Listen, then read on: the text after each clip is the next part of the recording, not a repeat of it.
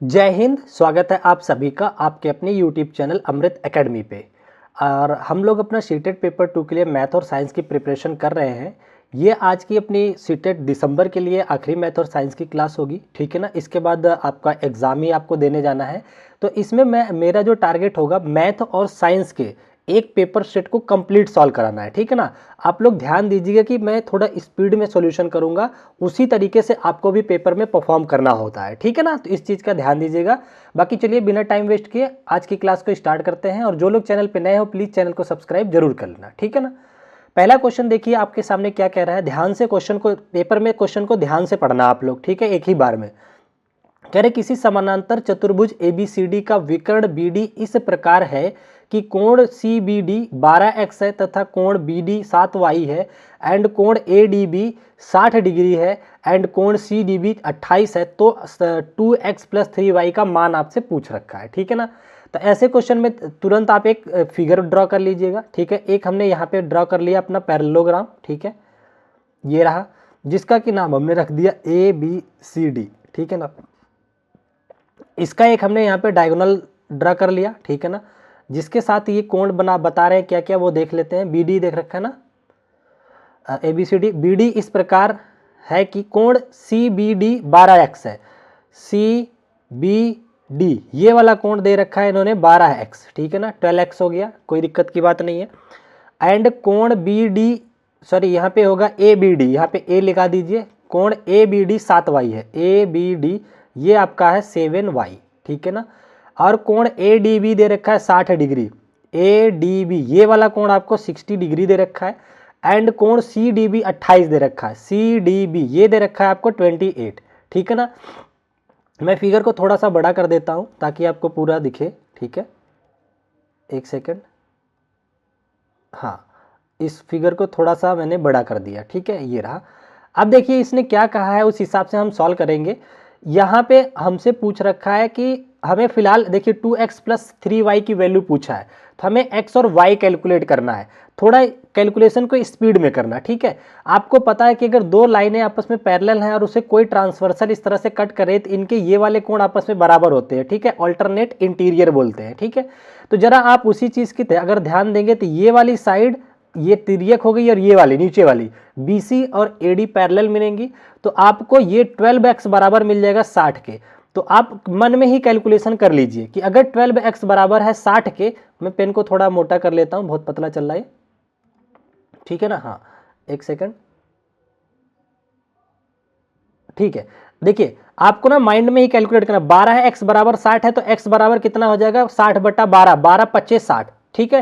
तो x आपका निकल के आ गया कितना 60/12, जो काटोगे तो 5 आ गया। x पता चल गया कितना है 5 है, ठीक है। और इसी तरीके से अगर आप इसको कंपेयर करोगे तो जो 28 है ये 7y के बराबर है, तो आप यहाँ से करेंगे जब y बराबर तो 28/7 जो कि 4 आ जाता है। एक्स वाई पता चल गया। अब जो पूछा वो बता दीजिए। तो 2x पूछा है तो मतलब 5 दूनी 10 हो गया। कैलकुलेशन ऐसे पेपर में करना मन में, 5 दूनी 10 हो गया, प्लस 3 चौके 12, 12 और 10 22 डिग्री आपका आंसर आ जाएगा, जो कि सी ऑप्शन पे दे रखा है, ठीक है। तो ज़्यादा अपना तो रफ पेज यूज कीजिएगा, कैलकुलेशन में थोड़ी स्पीड रखेंगे तो टाइम मैनेज रहेगा, ठीक है ना।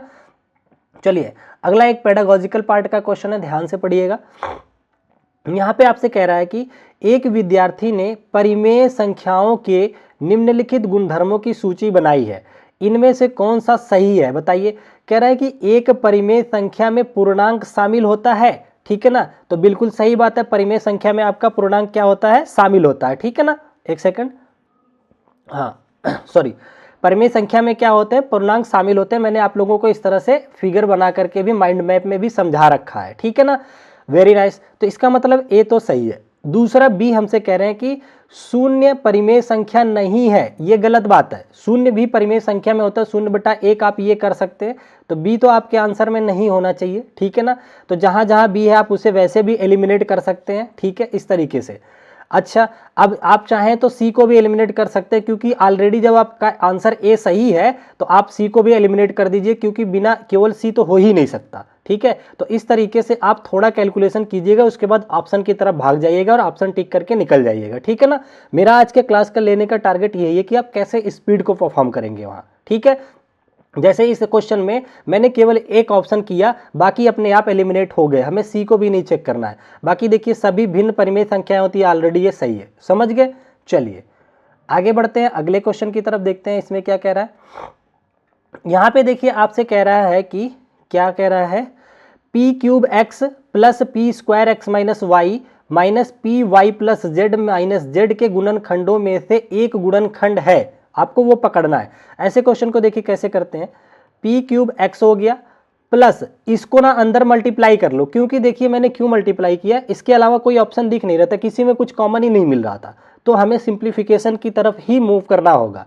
तो ये आपका आ जाएगा क्या, P square X minus P square Y हो जाएगा, और फिर यहाँ से देखिए माइनस पी वाई और फिर minus plus minus P Z हो जाता है। ठीक है, अब आप देखेंगे तो आपको कुछ ना कुछ कॉमन मिलेगा इन दोनों में, कुछ मिलेगा आपको इन दोनों में, ठीक है ना। तो जो कॉमन मिल रहे हैं उन्हें कॉमन उठा लेते हैं। यहाँ पे जरा देखिए ध्यान से, पी स्क्वायर एक्स मुझे कॉमन मिल रहा है, पी स्क्वायर एक्स जब मैंने कॉमन ले लिया तो मेरे पास बच गया एक्स प्लस का 1 बच गया। यहाँ माइनस दोनों में है, पी स्क्वायर नहीं है, बाकी पी है और वाई है, तो माइनस पी वाई हमने कॉमन ले लिया, तो बच गया आपका पी, एक सेकेंड, पी क्यूब एक्स है ना, तो हमने पी स्क्वायर कॉमन लिया तो एक्स, पी स्क्वायर एक्स लिए तो यहाँ एक्स नहीं बचेगा बल्कि पी बचेगा। ठीक है, sorry for that.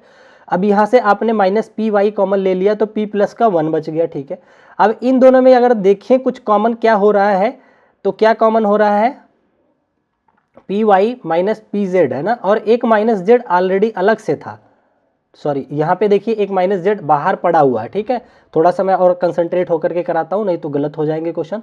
Minus P Y minus P Z minus Z, ठीक है ना।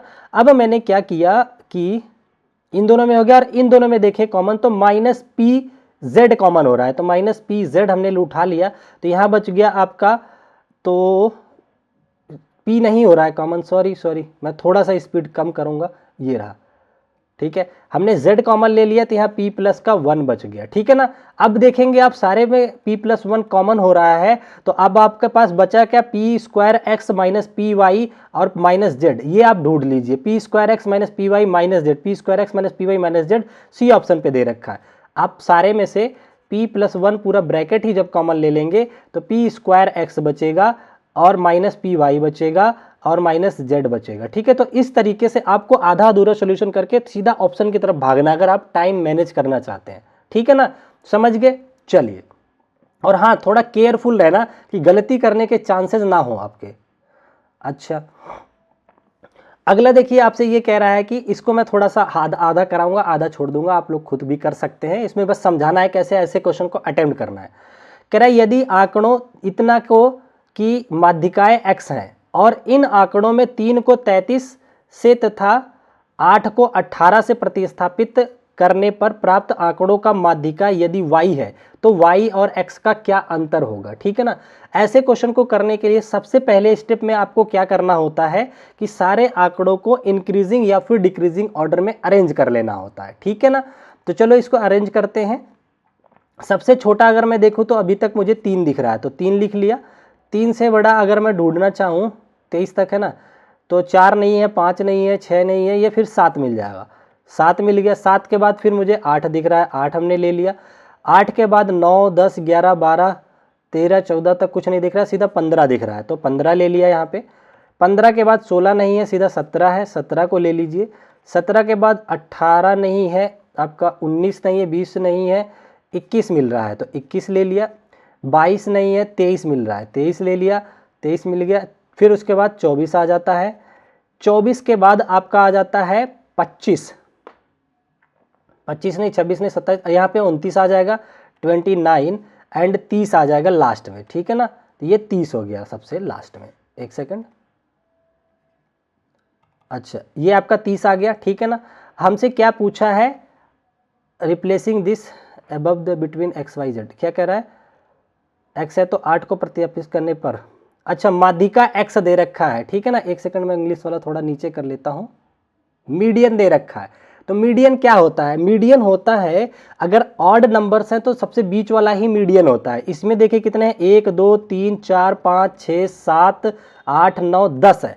10 है तो ये ऑड नहीं हुआ, इवन हुआ। ठीक, इवन में क्या होता है, 2 बीच के पकड़ लो। 10 में 4 इधर छोड़ दो, 4 इधर छोड़ लो, इन दोनों को पकड़ के इनको जोड़ दो, तो 17 प्लस का 21 आप बटा 2 कर दीजिए, तो ये आपका मीडियन निकल के आ जाता है। इसकी वैल्यू x दे रखी है, तो 17 और 21 कितना हो जाता है, 17 में एक जोड़ा आपने 18 हो गया, इधर बचा 20, 20 10 30 60 38 बटा 2, 19 दूना 38 होता है, तो x की वैल्यू निकल करके आ जाती है आपके पास 19। ठीक है ना, वेरी नाइस, यहाँ तक किसी को कोई दिक्कत नहीं है। अब उसने क्या कहा हमसे, उसने कहा कि आपको 3 को 33 बना दो। जब आपने 3 को हटाया 33 बनाया, तो आप 33 यहाँ नहीं रखोगे, 33 सीधा लाके यहाँ रख दीजिए। ठीक है ना, और क्या कह रहा है, 8 को 18 बना दो। इस 8 को काट करके हमने 18 बना दिया, तो 18 अब जा करके 17 के बाद हो जाएगा, यहाँ पे आ जाएगा 18। ठीक है ना, ये समझ गए, यहाँ से हट जाएगा ये। तो अभी भी आपके पास टोटल और टोटल जो नंबर्स हैं वो उतने ही है, कितने, 10 है। अब इनका मीडियन जरा निकालो, तो देखिए 1 2 ये कट गया, 3 4 इधर छोड़ दीजिए, तो 18 प्लस 21 बचेगा। तो आपका जो y आ जाएगा ये मीडियन हो जाएगा 18 प्लस का 21 बटा 2, तो ये 19 हो जाएगा, 20 दूनी 40 होता है, 39 बटा 2 हो जाएगा, है ना, 18 और प्लस का 21। ठीक है ना, एक मिनट, सबसे छोटा फिर 7 बचेगा। ठीक है, 7 के बाद 15, 15 के बाद 17, 17 के बाद 18, तो 3 ही बचे ना, 4 5 6, सॉरी यहाँ पे आप देखेंगे जब काउंट करेंगे तो एक ये तो कट गया है ना, तो 1 2 3 और 18 तक छोड़ोगे, 4 4 इधर छोड़ोगे, 4 उधर, तब ये वाले मीडियन में आएंगे, बीच में, बीच के 2 पकड़ने हैं आपको। 10 में बीच का 2 आएगा आपका, 5वां और 6वां आता है। ठीक है ना, तो आपका 21 और 23 होगा, सॉरी यहाँ पे 21 और 23 कर लीजिए। इस तरीके से आप कितना कर लोगे इसको, 21 प्लस 23। ठीक है ना, इन दोनों को आप क्या करोगे, जोड़ लीजिए, 20 20 40, 3 1 4, तो 44 डिवाइडेड बाई 2 जो कट करके 22 आ जाता है। तो 22 और 19 का अंतर कितने का आता है, 3 का आता है, जो कि सी ऑप्शन पे दे रखा है। तो इस तरीके से ऐसे क्वेश्चन को आपको अटेम्प्ट करना है। ठीक है ना, तो स्पीड भी रखिएगा अपने क्वेश्चंस में, और कोशिश कीजिएगा कि क्वेश्चन गलत भी ना हो। ठीक है, एक्चुअली आज सुबह से कई सारी क्लासेस हो गई और रात में नींद पूरी नहीं हुई है, इस वजह से ये प्रॉब्लम आ रही है। बाकी आप लोगों का एग्जाम कल परसों में, इसलिए कराना पड़ना जरूरी है। ठीक है ना, देखिए आपसे कह रहा है कि 3 संख्याएं 2 3 4 के अनुपात में है और इनके घनों का योग दे रखा है इतना, इन 3 संख्याओं का योग क्या होगा। इन 3 संख्याओं का योग आपसे पूछा है, तो मैं इन संख्याओं को चाहूँ तो ये मान लो 2x मान लेता हूँ, एक को 3x मान लेता हूँ, एक को 4x मान लेता हूँ। इसने हमसे कहा कि इनके घनों का योग ये दे रखा है, तो इनका घन करेंगे तो ये वाला आ जाएगा आपका 8x क्यूब, और प्लस 3 3 9 3 27x क्यूब, और प्लस 4 चौके 16 चौके 64x क्यूब आ जाएगा। ठीक है ना, जो बराबर दे रखा है इसने कितना, 3 3 9 5 7 इतने के। ठीक है ना, यहाँ तक आपको कोई दिक्कत नहीं हुई होगी, वेरी नाइस।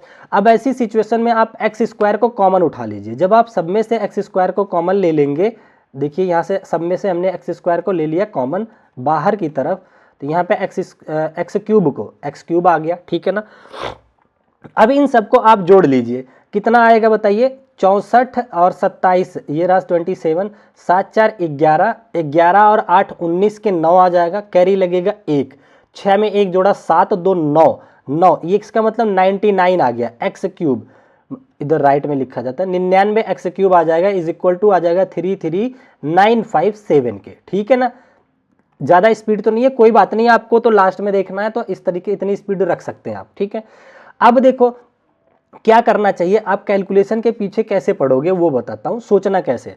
आप इधर देख रहे हैं कि साफ साफ नजर आ रहा है कि 99 मेरा 11 से कटेगा, 100% 11 से ये कटने वाली संख्या है। ठीक है, जब ये 11 से कटेगा तो हम 11 चेक डिविजिबिलिटी इधर लगाते हैं, देखते हैं क्या ये 11 से कट रहा है राइट वाला।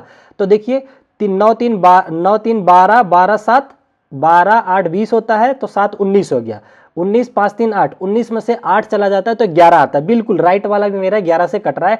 तो 99 से कटे, 11 में 99 आता है, 11 3 33 और 95 है ना, 11 8 88 आ जाता है आपका, 11 8 88 हो गया, और 2 5 7 11 7 77 इतना आ गया।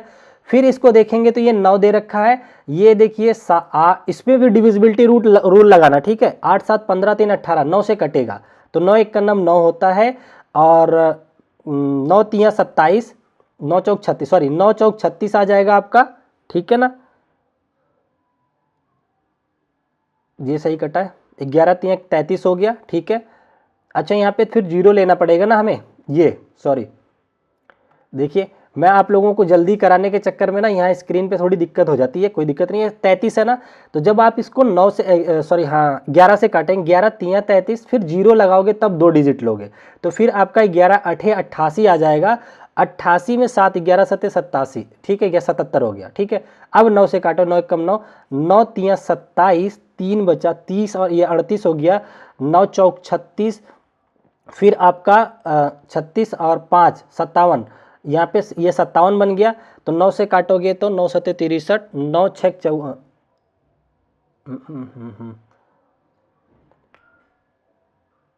11 7 77 हो गया ना, ठीक है। अब इसको अगर हम 9 से काटने की कोशिश कर रहे हैं तो 9 3 27, 3 30, ये हो गया 38, तो 9 चौक 36, 2 बचा 27, 9 3 27, सॉरी ये आ जाएगा, ठीक है ना। तो आपके सामने एक्स क्यूब निकल के आ गया 343, ठीक है। अब आपको इतना तो याद होगा कि किसका क्यूब होता है, 343 होता है 7 का क्यूब, तो एक्स निकल के आ गया 7। तो आपकी जो संख्या बन गई वो कितनी बन गई, आप संख्या मत बनाना, आपसे संख्याओं का योग पूछा है कितना होगा। यहाँ पे देखिए तीनों संख्याओं का योग कितना होगा, तो आप क्या करना है, इन तीनों को ही जोड़ लेना। 4 3 7 2 9 हो गया, तो 9x के बराबर हो गया, तो 9 गुणा 7 कर दीजिए, 63 आपका आंसर बन जाएगा। B will be the correct option, ठीक है। चलिए आगे बढ़ चलते हैं अगले क्वेश्चन की तरफ। अगला देखिए, आपको ये फार्मूला तो जरूर रट लेना, सुबह ही आप पेपर देंगे, देखना आपके पेपर में मिलेगा आपको। क्या होता है यूलर्स फार्मूला, तो उसमें किसी भी बहुफलक के किनारों और फलकों और वर्टेक्स का जो योग होता है, तो फलक प्लस वर्टेक्स बराबर एज प्लस 2 होता है, ठीक है। यहाँ आपसे कह रहे हैं किसी बहुफलकी के शीर्षों v, किनारों e और फलकों f की संख्या क्रमशः, ये दे रखा है 10, किनारा 15 दे रखा है, ये x दे रखा है, तो आपसे इतने का मान पूछा है। तो यहाँ से आप पहले x को कैलकुलेट कीजिए, तो 10 प्लस x बराबर 15 प्लस का 2, e की वैल्यू 15 दे रखा है आपको, ठीक है ना। जब e की वैल्यू 15 दे रखा है तो 15 2 17 हो जाता है, तो आप यहाँ x की क्या ऐसी वैल्यू ले लेंगे कि 17 बन जाए, ठीक है ना। तो 10 में 7 जोड़ेंगे तो 17 हो जाएगा, तो x जो आ जाएगा आपका कितना, सॉरी फलकों की संख्या निकल करके 7 आ गई, ठीक है ना। आप देखते ही आप 7 आंसर मत कर देना मेरे भाई, ठीक है, यहाँ गलती कर जाओगे। क्यों गलती कर जाओगे, क्योंकि एग्जामिनर ने ऑप्शन ऐसा सेट किया, पहले पे 7 रखा है, बच्चा गलती करेगा क्योंकि उसने 3x - 12 पूछा है, आपको x केवल पता चला है, आपको 3x - 12 नहीं पता चला है। अब आप इसको निकालिए, तो 7 3 21 - 12 कर दीजिए, तो 12 8 20 और 1 21, तो 9 होता है, 12 9 21 होता है, तो जो कि बी ऑप्शन पे दे रखा है। तो इस तरीके से आपको पहला ऑप्शन खिलवाड़ करने के लिए दे देगा कि आप आंसर गलत टिक कर दो, ठीक है। चलिए, क्योंकि ये क्वेश्चन आसान होते हैं तो इनके ऑप्शंस के साथ खेलता है एग्जामिनर, तो इस चीज़ से आपको वाकिफ रहना है, कैसे बचना है। अच्छा, अगला क्वेश्चन जरा ध्यान से पढ़िए। कह रहा है x बटा वाई बराबर -1/3 की घात -3 है ये, ठीक है। और ये भाग का साइन है ना, इंग्लिश में देख लेता हूँ, हाँ ये भाग का साइन लगा हुआ है, थोड़ा सा क्वेश्चन ब्लर लग गया, ये भाग का साइन है। 2/3 की घात -4 लगा हुआ है ये, ठीक है। तो आपसे x बटा वाई प्लस वाई बटा एक्स की घात -1, इसका मतलब इसका रेसिप्रोकल पूछ रखा है आपसे, ठीक है ना, कोई दिक्कत की बात नहीं है। आप यहाँ पे देखिए x बटा वाई को अगर सॉल्व करते हैं, x बटा वाई ये -1/3 है, घात माइनस पे चढ़ी हुई है, घात अगर आप प्लस करना चाहते हैं तो घात अगर जब प्लस करना चाहेंगे तो इसको उल्टा करना पड़ेगा, ठीक है, 3 को ऊपर ले जाएंगे, तो -3 की घात 3 हो जाती है, तो कितना, तो 3 3 9 3 27 आ जाता है, जो कि -27 बन गया ये, ठीक है। अब ये तो प्लस का आ गया, अब यहाँ पे देखिए भाग का साइन है, फिर ये माइनस घात है, इसको फिर से उलट दो आप, तो ये आ जाएगा 3 की घात 4। एक काम करिए ना, कैलकुलेशन आसान हो जाएगी, यहाँ पे आप ना पहले सॉल्व मत कीजिए, इसको आप इस तरह से लिखिए, कितना 3 की, ये उल्टा कर दिया आपने ना, तो -3 की घात कितना हो गया आपका, -3 हो गया। अब ये डिवाइड का साइन है, ठीक है। अब उसके बाद इसको जब उल्टा किया आपने तो 3 ऊपर आ गया, 2 नीचे हो गया, अब ये घात में है 4, ठीक है ना, यहाँ तक किसी को कोई डाउट नहीं है। लेकिन मेरे सामने ये भाग का साइन है, और भाग के साइन को जब आप उलट करके बनाना चाहते हो क्या, गुणा का साइन, तो क्या करते हो, इसको उलट दिया जाता है, तो -3 की घात -3 ये हो जाता है, ठीक है ना, माइनस नहीं अब ये प्लस हो गया, उल्टा लिख दिया तो ये प्लस हो गया, ठीक है, गुणा कर दीजिए फिर से उलट जाएगा तो 2 की घात 4 बटा 3 की घात 4 हो जाती है। मैंने वहाँ 27 क्यों नहीं बनाया, क्योंकि देखिए 3 की घात 3 इतने से हमें यहाँ पे कट जाएगा, ठीक है ना, लेकिन ये माइनस बचेगा, क्यों, क्योंकि ऑड पावर होती है तो माइनस बच जाता है, तो इसको हमने काट दिया, 3 घात तो कट गया, एक बार 3 बच गया, लेकिन यहाँ साथ में माइनस भी बचेगा, ठीक है। तो कितना आ जाएगा, माइनस का x बटा वाई कितना आ गया, x बटा वाई बराबर -2 की घात 4, 2 दूनी 4 दूनी 8 दूनी 16, -16 बटा 3 बच गया, इतना आ गया आपका। अब आपसे लेकिन ये बात नहीं पूछी उसने आपसे पूछी है इसकी वैल्यू, तो आप इसको सॉल्व कीजिए, -16 बटा 3 में जोड़ दीजिए इसको उलट करके, तो जोड़ेंगे तो बजाय ये घट जाएगा, ठीक है, क्यों घट जाएगा, क्योंकि यह यहाँ माइनस साइन है, तो सीधा सीधा यहाँ पे आप लगा दीजिए -3 बट्टा में 16, ठीक है, इसकी घात कितना लगा देंगे आप, -1, तो 16 तियाँ 48 हो जाता है, ठीक है ना। अच्छा 16 तियाँ 48 एलसीएम लेंगे तो आप 48 पाएंगे। और आपको मैं ऑप्शन एलिमिनेट करने का अगर मैं बताऊं, आंसर आने के बाद इसको उलटना भी जरूरी है, क्यों, क्योंकि पावर नेगेटिव है, ठीक है ना, तो जब पावर नेगेटिव है तो इसको पलट करके आंसर आपको देना है, ठीक है। तो मुझे साफ साफ दिख रहा है कि मेरे क्वेश्चन का जो आंसर होगा उसमें 48 आएगा, लेकिन वो नीचे नहीं आएगा, ऊपर आएगा 48। तो चेक कीजिए 48 ऊपर कहाँ कहाँ है, यहाँ नहीं है, यहाँ नहीं है, यहाँ पे भी नहीं है, एक ही ऑप्शन है ऊपर 48 दिख रहा है, ठीक है ना। तो आप इसको आंसर कर सकते हैं और साथ ही साथ ये भी पता चल रहा है इसमें माइनस है, यहाँ पे भी माइनस आएगा, ठीक है ना।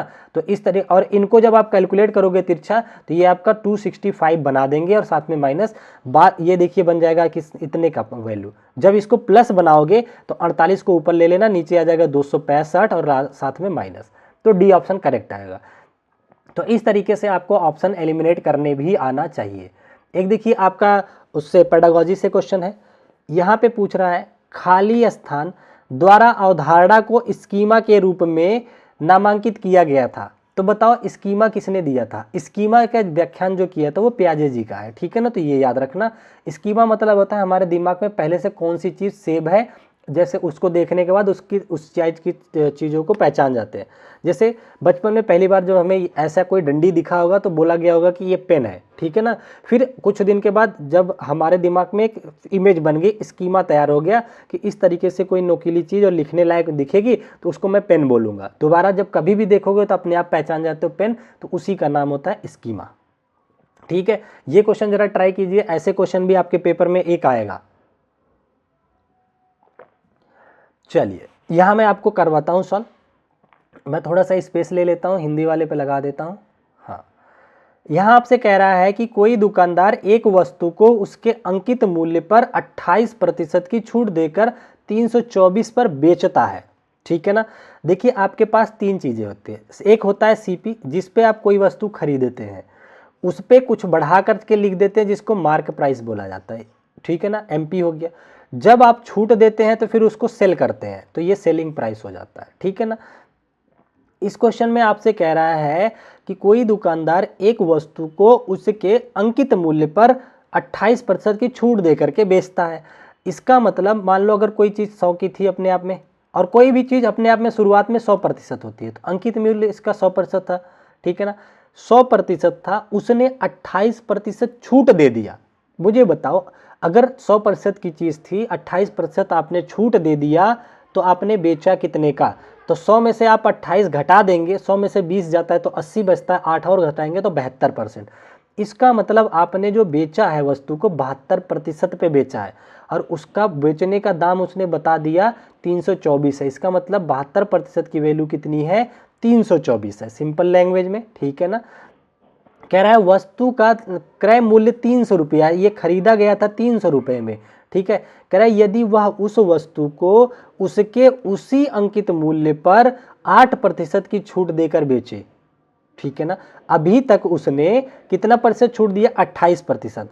कह रहे हैं अगर वो 8% केवल छूट दे करके बेचे, सॉरी 18% छूट दे करके बेचे, तो बेचेगा कितने का, 82 का बेचेगा, 82% पे बेचेगा, है ना।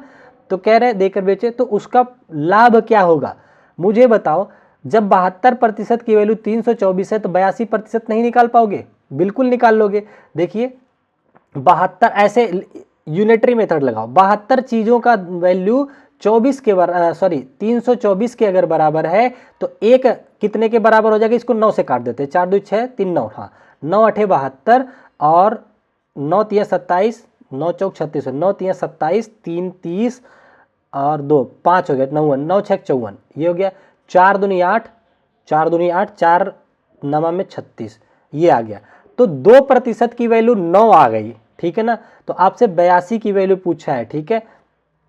तो रुकिए, तो यहां से देखिए 1% की वैल्यू आ जाएगी 9/2, तो 82% कितना हो जाएगा, 1% में 82 का गुणा कर दीजिए, तो इधर भी आपको 9/2 को भी गुणा कर दीजिए 82 से, ठीक है ना। तो ऐसे ही आप गुणा कर लेंगे आप। उसके बाद आप क्या करेंगे, देखिए इसको कट कीजिए, तो 2 से इसको काटेंगे तो 2 चौके 8, 2 एकम 2, 41 आ जाता है। तो आपकी जो 82% की वैल्यू आ गई 41 गुणा 9, तो 9 एकम 9 हो जाता है, 9 चौके 36 हो जाता है, ठीक है। तो इसका मतलब फाइनली उसने जो बेचा है वस्तु को 369 रुपए में बेचा है, ठीक है ना। तो कह रहा है उसका लाभ प्रतिशत बता दो। शुरू में वो 300 रुपये का खरीदा था, अब उसकी वस्तु 369 की बिक गई है, ठीक है ना, 369 की बिकी है, तो लाभ कितने का हुआ, 69 रुपये का लाभ हुआ। कितने पे हुआ है, 300 रुपये में। तो ये लाभ जो प्रॉफिट प्रतिशत बदलते हैं तो गुणा कर देते हैं 100 से, ठीक है ना। अब इसको आप कर दीजिए सॉल्व, 2 0 से 2 0 कट जाता है, 3 से इसको काटेंगे, 3 दूनी 6, 3 3 9, तो 23% आपका आंसर आ जाएगा। उस दुकानदार को फाइनली 23% का क्या हुआ है, लाभ हुआ है, ठीक है। चलिए आगे वाले क्वेश्चन पे बढ़ चलते हैं। इसी तरीके से आपको क्वेश्चन को अपने अटेम्प्ट करना है, ठीक है। अगर कोई क्वेश्चन टफ लगता है तो उसको बाद में सॉल्व कर लेना चाहे, पेपर को बहुत ध्यान से दीजिएगा। अगला कह रहा है आपसे, देखिए कि दो परिमेय संख्याओं का गुणनफल -40/3 है, यदि उन दो संख्याओं में से एक जो है -5/2 है तो दूसरी संख्या का व्युत्क्रम, देखिए कितना बड़ा क्वेश्चन, का व्युत्क्रम निम्न में किसके बीच होगा। पहले तो आप दूसरी संख्या निकालेंगे, फिर उसका करेंगे व्युत्क्रम, फिर पता करेंगे किसके बीच में लाया कर रहा है, ठीक है। तो चलिए करते हैं। कह रहा दो परिमेय संख्याओं का गुणनफल इतना है, यदि उनमें से दो संख्याओं में से एक ही है, -5/2 एक संख्या है, गुणा मान लिया x दूसरी संख्या है, ठीक है, ये आपका, या x/y मानना चाहे तो मान लीजिए ये दूसरी संख्या हो गई। इन दोनों का गुणा करने पे ये -40/3 बन रहा था, यही बन रहा था। हमने माइनस से माइनस को पहले ही काट दिया, 5 से 8 बार में काट दिया, 5 8 40 कर दिया, ठीक है ना।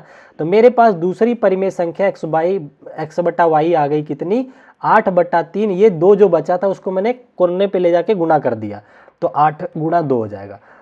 तो x/y जो आ गया 8 दूनी 16/3 आ गया। लेकिन हमें 16/3 नहीं चाहिए, हमें क्या चाहिए, इसका व्युत्क्रम। तो मेरे पास y/x आ जाएगा 3/16। बताओ 3/16 इन चारों ऑप्शन में से किसके बीच में लाई करेगा, ठीक है, ये आपको पता करना है।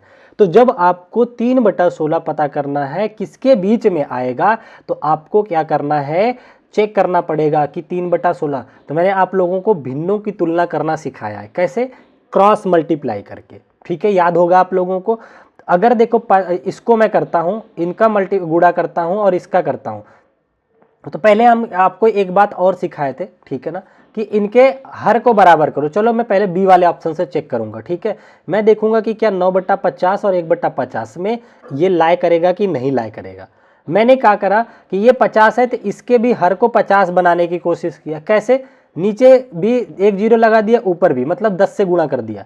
अब ये 9/50 बन गया, ये 10/50 बन गया।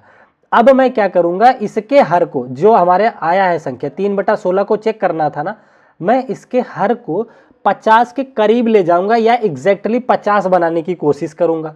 तो मैं अगर 16 को 50 के करीब ले जाऊंगा तो मुझे 16 3 48, लगभग 3 बार तो पूरा जाना पड़ेगा, तो ऊपर भी 3 कर दिया, तो ये भिन्न बन गई 9/48, ठीक है ना। 9/48 है, ये 9/48 है। अभी ये 48 थोड़ा और मैं बढ़ाऊंगा तो कुछ ना कुछ पॉइंटों से गुणा करके तब 50 पे पहुंचेगा। इसका मतलब 9 से थोड़ी सी बड़ी संख्या मेरी होगी। कितनी होगी, हल्की सी बड़ी होगी। तो 9 से हल्की सी बड़ी संख्या क्या, 9 और 10 के बीच में ही तो लाई करेगी, 9 दशमलव समथिंग। अगर मान लो 3 भी आ रहा है तो 9 और 10 के बीच में ही तो लाई कर रही है। तो क्या होता है, जब किसी भिन्न का हर आप बराबर कर देते हैं मल्टीप्लाई करके, तो तुलना केवल अंशों में किया जाता है। ठीक है, तो इसका जो करेक्ट आंसर है वो बी ही हो जाएगा। आपको ए भी चेक करना पड़ेगा। मुझे आंसर्स पता थे तो इसलिए ये मैंने सिटिक बी को ही चेक किया है, लेकिन आपकी बारी में आपको ए भी चेक करना पड़ेगा, ऐसे ही करना है। ठीक है ना, चलिए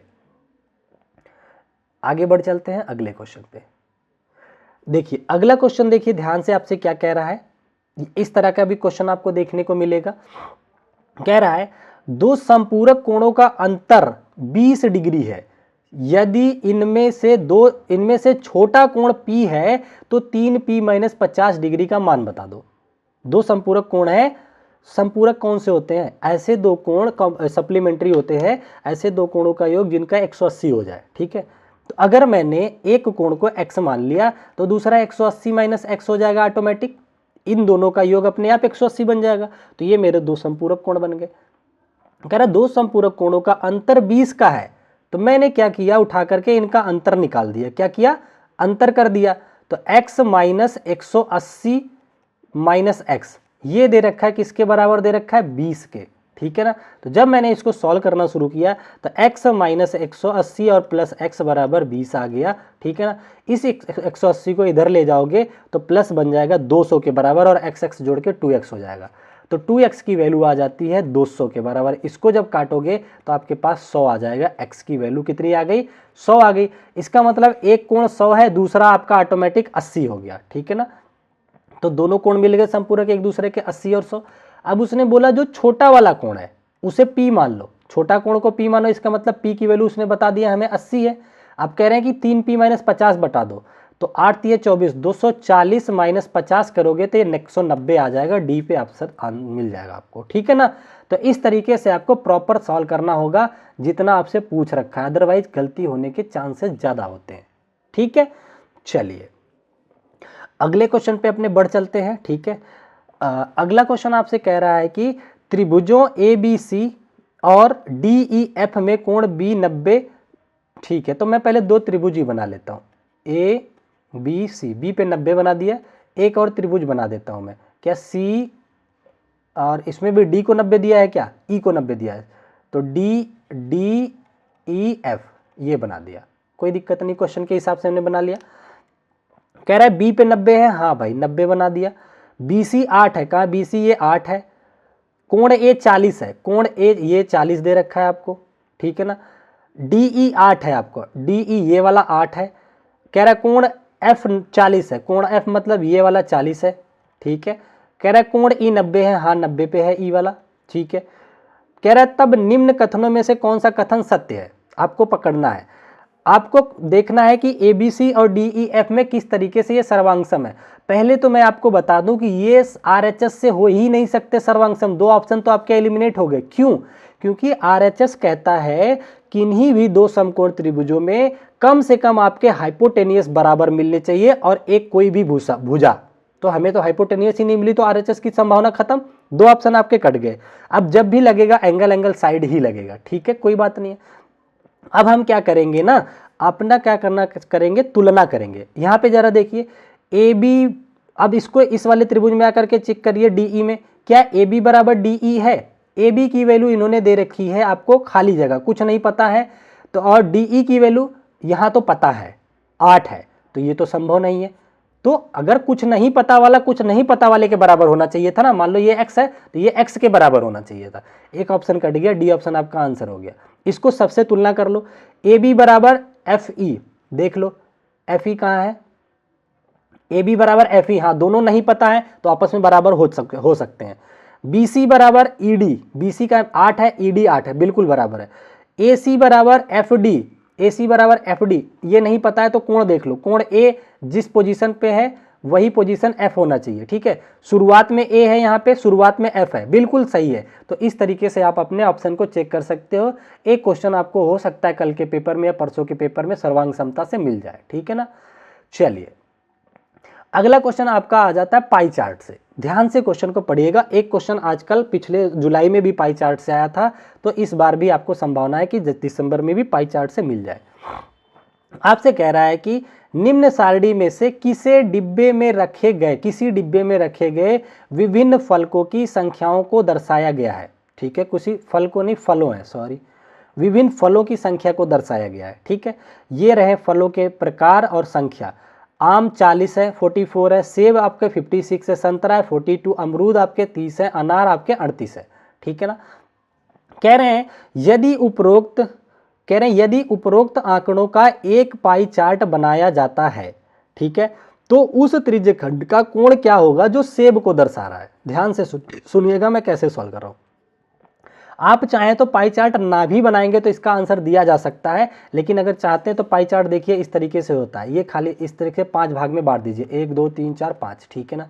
इन्होंने कहा कि ये 44 सेब है, तो देखिए अगर टोटल कोण बनाए, सारे कोणों का योग, सारे खंडों के कोणों का योग जो होता है 360 होता है, तो सारे फलों के योग के बराबर होना चाहिए इसका मतलब। तो जोड़ लीजिए सारे फल को, 8 2 10 6 16 4 20 का 0, कैरी लगा 2, 3 2 5 3 8 4 12 5 17 17 4 21, 210 टोटल फल हुए, टोटल कोण हो गया 360। तो टोटल फल को टोटल कोण के बराबर कर दीजिए।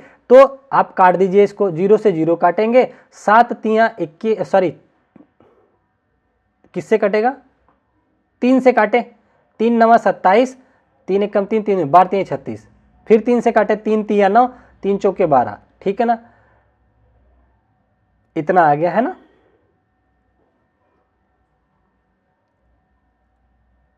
एक सेकंड, सही काटे हम, 210 और 360 है, 21 36 है, तो 3 सत्ते 21 होता है, सॉरी 3 से इसको अगर हम काटते हैं, 3 से काटते हैं, आ जाइए देखिए 3 से काटते हैं, 3 सत्ते 21 और 3 से ये कटेगा तो 3 1 3 3 6 12, तो 7 की वैल्यू 12 आ गई। मतलब 7 फल अगर है तो वो कोण बनाएंगे कितना, 12 डिग्री बनाएंगे। तो ये कह रहे हैं कि उसका बताओ कोण कितना होगा जो सेब है। तो सेब कितने हैं आपके, 56 है। जब 7 अगर फल होता, 7 फल होता तो 12 डिग्री का कोण बन रहा होता। ठीक है ना। तो 7 फल ना होकर के 56 फल है तो कितना कोण बनेगा, फल का कितना गुना है, 7 8 गुना है, ये 8 7 56 होता है ना। तो 7 फल पे कोण 12 का बन रहा था, यहां तो उसका 8 गुना है फल, तो कोण भी 8 गुना हो जाएगा, तो 12 8 96 आपका आंसर हो जाएगा। इस तरीके से आपको आंसर करना होता है। चलिए आगे बढ़ चलते हैं अगले क्वेश्चन पे। ये रहा, ये बड़ा ही प्यारा क्वेश्चन है, थोड़ा सा लेवल इसका है। आपको कह रहा है कि यदि 8 अंक की संख्या 9 4, ये बड़ा बड़ा मैं लिख देता हूं, ये 9 है, ये 4 है, ये 7 है और ये 1 है, ये x है और ये 9 है, ये y है, ये 2 है, कमा और ये क्या संख्या है, 72 से विभाज्य है। ये पूरी की पूरी 8 अंक की संख्या 72 से विभाज्य है। तो निम्न में से कौन सा कथन सत्य नहीं है, सत्य नहीं है, इसका मतलब एक्स वाई की कौन सी वैल्यू जो इसको सेटिस्फाई नहीं कर रही है। ठीक है ना। तो देखिए ऐसी सिचुएशनों में हम क्या करते हैं, आप पहले ना अब ऐसे क्वेश्चन को ऑप्शन से चलिए, क्योंकि आपको देखिए दोनों में दे रखा है ना, तो आप एक एक क्वेश्चन एक्स वाई को पैरेलल में रख के ट्राई कीजिए। ठीक है ना। तो जब आप यहाँ पे एक्स वाई को रख करके ट्राई करेंगे तो मैं बी ऑप्शन को ट्राई करता हूँ, मुझे सिखाना है, इसका आंसर करेक्ट जो है बी ही होगा शायद, जहां तक मुझे समझ में आ रहा है, कई बार करा चुका हूँ। यहाँ पे देखिए 9 4 7 1, एक्स की जगह मैं क्या ले रहा हूँ, 4 है, तो एक्स की जगह मैंने ले लिया 4 और फिर से 9, फिर वाई की जगह कितना ले रहा हूँ, इसमें 9 है, ये फिर से 9 आ गया, फिर 2 है, ये होगा। मैं इसको पहले चेक करूंगा कि क्या ये 9 से डिविजिबल है। क्यों किया मैंने इससे, 9 का डिविजिबिलिटी आसान होती है, क्या कि जितनी भी पेयर 9 बना रहे हैं उनको हटाते जाओ, चाहे सिंगल चाहे पेयर, या मतलब टोटल का सम 9 से भाग होना चाहिए, कहने का वो मतलब है। तो यहाँ 9 बन रहा था और यहाँ 9 बन रहा था, यहाँ 9 बन रहा था, 7 और 2 मिलकर के 9 बन रहे थे, काट दिया, 4 4 8 और एक ये 9 बना रहा था, ये भी काट दिया। ठीक है ना। तो कह रहा है तो कौन सा कथन सत्य नहीं है, 72 से विभाज्य, तो ये तो सत्य है, तो ये आंसर नहीं होगा। देखिए मुझे गलत याद है, तो ये आंसर नहीं होना चाहिए। अब मैं क्या करूंगा, सी को चेक करूंगा, ये तो होएगा ही आंसर। फिर चलो इसको लिखते हैं, 9 4 7 1, एक्स की जगह क्या ले लूं, इस बार 9 ले लेता हूं, 9 ले लिया मैंने, और उसके बाद एक्स हो गया, फिर से 9 आ गया, और वाई की जगह कितना ले लिया, 5 ले लिया, 5 ले लिया, फिर 2 ले लिया। अब मैं फिर से 9 से चेक करूंगा डिविजिबिलिटी, जो खाली 9 है डायरेक्ट काट दो उनको, और 7 और 2 मिलके 9 हो रहे थे, 5 और 4 मिलके 9 हो रहे थे, एक बच गया। ये 9 से नहीं कट रहा है तो ये 72 से क्या ही कटेगा। 72 से कोई संख्या अगर कट रही है इसका मतलब वो 9 से भी कटेगी, 8 से भी। तो मैंने 9 का चेक कर लिया, 9 से नहीं कट रहा था, 8 से, तो आप फिर इसका चाहे फिर 8 से कटे या ना कटे, 72 से तो नहीं कटने वाला, तो आपका आंसर यही हो जाएगा। ठीक है ना। आप पहले कूद के 8 मत चेक करना जब ऐसे क्वेश्चन हो, इसमें ऑप्शन से चलना। ठीक है ना। जब केवल वैल्यू पूछा हो, एक्स की वैल्यू क्या आएगी, वाई की वैल्यू क्या आएगी, तब आप पहले 8 से चेक करना फिर 9 से करना। ठीक है ना। लेकिन जब ऑप्शन दिए हो तो आप वैल्यू रख के चेक कर लेना, टाइम बच जाएगा। ठीक है। अच्छा, अगला क्वेश्चन ध्यान से देखिए क्या कह रहा है। अलजेब्रा का क्वेश्चन है, एक क्वेश्चन से 2 क्वेश्चन जरूर आपको देखने को मिलेंगे अलजेब्रा के कोफिशिएंट से। ठीक है ना। यहां आपसे कह रहा है, इसको मैं केवल और केवल हिंदी पे लगा देता हूं, बहुत डेटा हो जाता है। कह रहा है यदि a बराबर इतना दे रखा है यहां तक, ठीक है ना, 2 - 2x² + 12y, b बराबर कुछ और दे रखा है, c बराबर एक इक्वेशन दे रखा है, d बराबर दे रखा है। तो कह रहा है a + b + c - d में x² और x के गुणनखंड क्या होंगे। तो देखिए, या तो पहला तरीका ये है कि चारों इक्वेशन को आप जोड़ दो, ऐसे लीनियर में लिखो फिर जोड़ो, फिर तुलना करके एक्स वाई निकाल लो। ठीक है। लेकिन मैं इससे थोड़ा सा बचना चाहता हूं क्योंकि इसमें टाइम जाता है। मैं क्या करवाता हूं उसको सुन लीजिए। आपको पहले ए में इन सब में से x² वाला कैसे मिलेगा, a + b + c में क्या करो, x² के कोफिशिएंट को जोड़ते चलो। यहां से a में से x² का कोफिशिएंट निकल के आया 2 माइनस का, इसमें से x² b में ढूंढने लगा तो मिल गया मुझे 3, जोड़ दिया। इसमें इस वाले इक्वेशन में मैंने x² का कोफिशिएंट ढूंढने की कोशिश किया तो -4 मिल गया, -4 लिख दिया।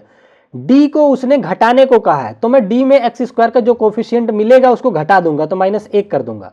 ठीक है ना। अच्छा, यहां तक समझ आ गया। और x के गुणांकों का योग पूछा है तो ये अब देखिए, ये मेरे पास इस वाले भिन्न का जब सबको जोड़ करके एक इक्वेशन बनती, उसके x² का कोफिशिएंट पता चल गया ये। ठीक है। इसको सॉल्व करते हैं। तो सॉल्व करेंगे तो 4 2 6 1 7 + 3, -7 + 3 तो -4 आ गया। ठीक है। ये x² मिला, किसका x², इतना काम करने के बाद जो आप लीनियर में करते तो ये करना पड़ता। ठीक है ना। अच्छा, उसके बाद क्या है, x² और x के गुणांकों का योग। अब हमें x ढूंढना है, चलो सब में x ढूंढते हैं। यहां पे देखिए x का कोफिशिएंट कितना है, 12, इसमें x जो है -8 है और हमको जोड़ना है तो -8 ही रहेगा क्योंकि b को जोड़ना था, -8 मिल गया।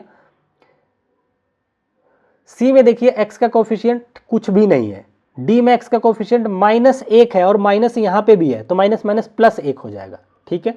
इसको जरा कीजिए, देखिए 12 और 1 13, 13 में से 8 चला जाता है तो 8 5 13 होता है, तो ये 5 आ गया। किसकी वैल्यू आ गई, x का कोफिशिएंट आ गया, x का कोफिशिएंट आ गया इस वाला। इतना काम करने के बाद हमसे कह रहा है इन दोनों गुणांकों का योग बता दो। तो -4 में +5 जोड़ोगे तो कितना आएगा, -4 में +5 जोड़ोगे तो 5 में से 4 चला गया तो 1 आएगा। सी ऑप्शन पे है। तो आपकी मर्जी है, आप इतना छोटा कैलकुलेशन करना चाहते हैं या सारी इक्वेशन को जोड़ करके एक्स वाई का कोफिशिएंट निकाल के करना चाहते हैं, वो आप देख लीजिएगा, बहुत आसान है। मैं तो हमेशा सजेशन देता हूँ ऐसे करना। चलो अगले क्वेश्चन पे आ जाते हैं। बहुत ही अच्छा क्वेश्चन दे रखा है, थोड़ा सा दिमाग लगाओगे तो इसको ऑप्शन से आप लोग कर सकेंगे। ठीक है ना। यहां आपसे कह रहा है कि त्रिभुज पी क्यू आर में कोण पी 55 डिग्री का है। ठीक है ना। और क्यू आर बराबर 18 है, क्यू आर बराबर 18 है। निम्न स्थितियों में से किसमें त्रिभुज पी क्यू आर एक अधिक कोण विषम बाहु त्रिभुज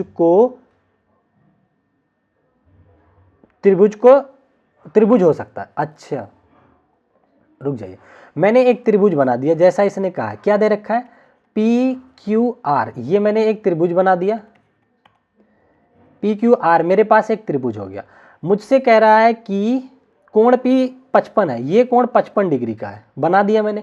क्यू आर 18 है, क्यू आर की लेंथ कितनी है, 18 है। क्यू आर कहाँ है, क्यू आर ये मैंने 18 ले लिया। कह रहा है निम्न स्थितियों में से किसमें त्रिभुज पी क्यू आर एक अधिक कोण विषम बाहु त्रिभुज हो सकता है। विषम बाहु बनवा रहा है, विषम बाहु कह रहा है, इसका मतलब एक बात तो तय है कि इन दोनों बची हुई भुजाओं में से कोई सी भुजा 18 के बराबर नहीं होनी चाहिए। ठीक है। तो जिस जिस ऑप्शन में कोई भी भुजा 18 के बराबर दोबारा उसने दिखाया है, ठीक है ना, तो वो ऑप्शन काट दो। यहाँ PQ बोल दिया, काट दो। क्यों काट रहा हूं? क्योंकि मुझसे विषम बाहु कह रहा है, पता करो। तो जैसे ही एक भुजा 18 ऑलरेडी है, दूसरी 18 मिल जाएगी, तो विषम बाहु तो होगा ही नहीं ना। तो इसलिए मैंने ये ऑप्शन तो तुरंत ही काट दिए, देखते ही, जितने में भी इसने बोल रखा है कि 18 हो सकती है, तो हमने काट दिया। अच्छा, अब हमसे कह रहा है कि कोण P को 15, P नहीं है बल्कि यहाँ पे इस कोण को, यहाँ पे थोड़ा करेक्शन भी करना था इस क्वेश्चन में, इसको R लेना पड़ेगा। R को 15 लेने पे, R को 15 डिग्री लेने पे, और तो क्या कह रहा है, PR ग्रेटर देन 18 लेने पर, PR कहाँ गया, PR 18 से बड़ा लेने पे, ये 18 से बड़ा लेना है।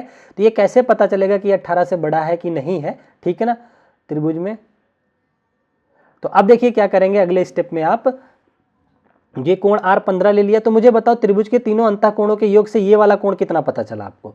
55 में 15 जोड़ो, 55 5 60 10 70 हो गया, तो 110 का तो ये हो गया। अब देखिए ये अधिक कोण बन रहा है, तो ये फिगर ऐसा नहीं बनेगा, ये फिगर कुछ इस तरीके से बनेगा। अगर रियल में, एक्चुअल में फिगर बनाना चाहूं मैं, तो ये अब अधिक कोण जैसा बनेगा ना, कैसे, ये अधिक कोण बनेगा, ठीक है, ये ऐसा बनेगा, तो ये 110 हो जाएगा। अब मुझे पता है सबसे बड़ा कोण Q है और इसके सामने की भुजा कितनी है, PR है, तो ये 18 से तो बड़ी होगी, सबसे बड़ी भुजा होगी, तो ये 18 तो इससे बड़ी होगी, तो बी ऑप्शन सेटिस्फाई इसको पूरा पूरा कर देगा, ठीक है ना। आई होप अब आपको समझ आ गया होगा। अगर आप C को चेक करते, R को 18 ले लेते ना, तो ये अधिक कोण की कंडीशन बनती ही नहीं, क्योंकि आपको अधिक कोण भी बनाना है, ठीक है ना। तो जब आप ये 65 ले लेते, तो ये 180 90 से कम आने लग जाता तीसरा कोण। चलिए, तो इस तरीके से आपको ऑप्शन के साथ खेलना होता है।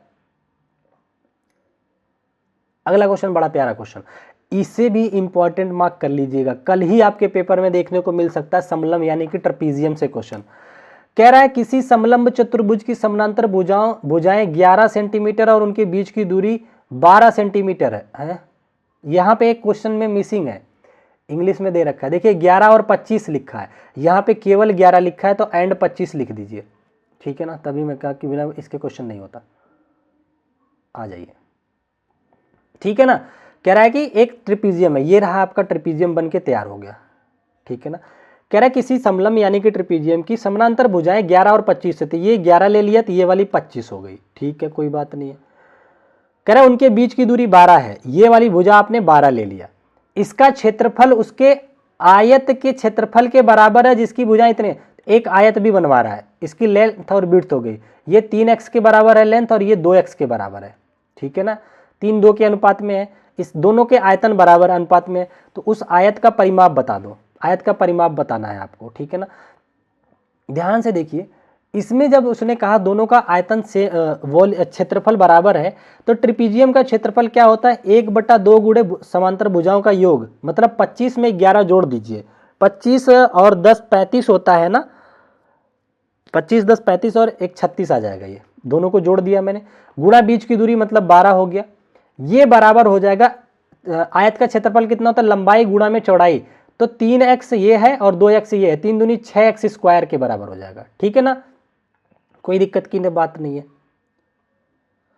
अब देखिए अगर मैं इसको करूं, 2 से इसको काटा 6 बार में और ये वाला 6 इससे कट गया, तो एक्स स्क्वायर की वैल्यू निकल करके आपके सामने 36 आ गई, ठीक है।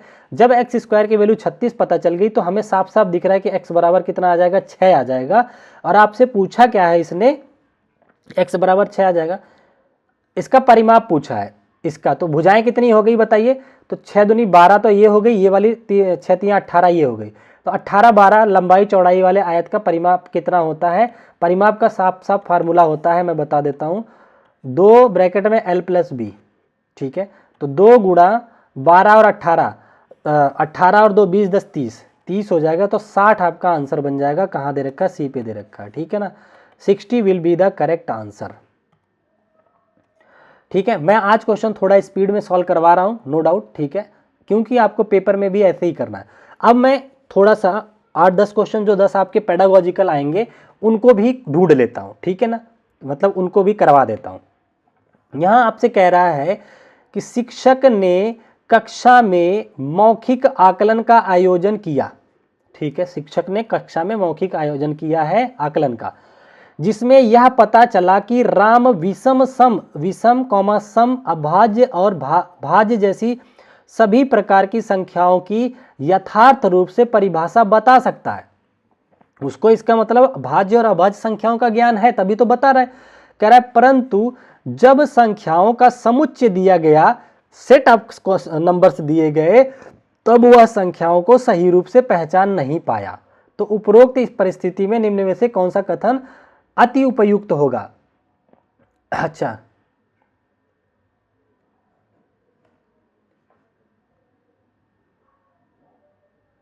सुनिए एक क्वेश्चन, एक मिनट, मैं इसके क्वेश्चन को थोड़ा सा वेरिफिकेशन करना चाहूंगा। इसमें थोड़ा सा दिक्कत कुछ दिख रहा है मुझे, 1 सेकंड का मुझे टाइम दीजिएगा।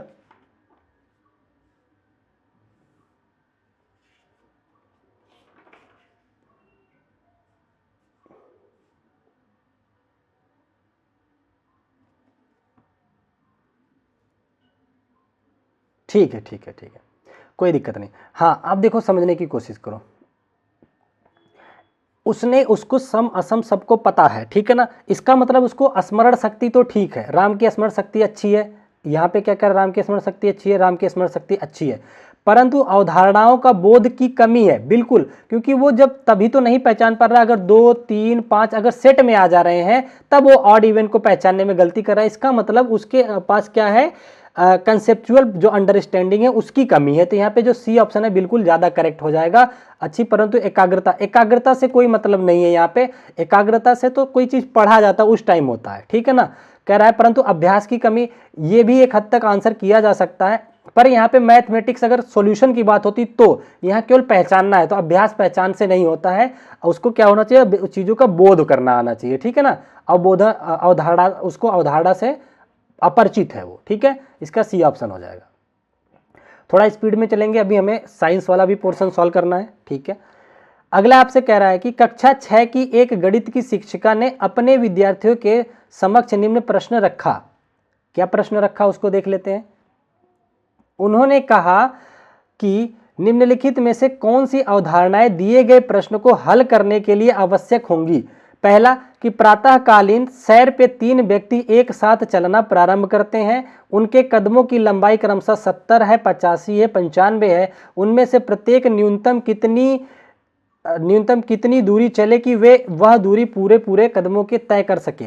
देखिए, कभी भी आपसे क्वेश्चन बने कि कुछ घंटियां एक साथ बजती हैं या इस तरीके से धावक दौड़ करके एक साथ कब मिलेंगे, ऐसे क्वेश्चनों की जो अवधारणा होती है वो एलसीएम की कॉन्सेप्ट होता है, ठीक है ना। तो कॉन्सेप्ट आप किसका आ जाएगा, एलसीएम का होगा। तो यहाँ पे जो करेक्ट आंसर हो जाएगा B will be the correct option, LCM का। अच्छा,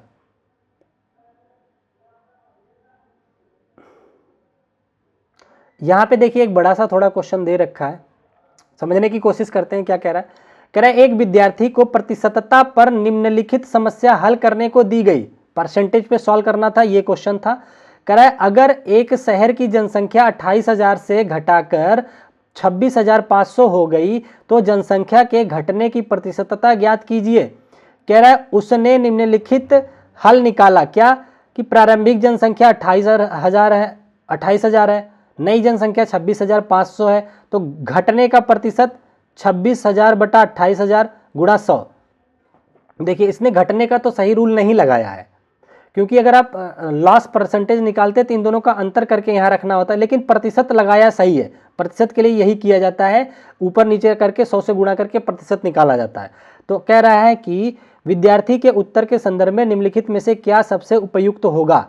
तो इसमें तो उसने प्रतिशतता अच्छी लगाई है कि उसको प्रतिशत की अवधारणा पता है, पर उसे ये नहीं पता है कि किस चीज़ का निकालना था उसको प्रतिशत, ठीक है ना।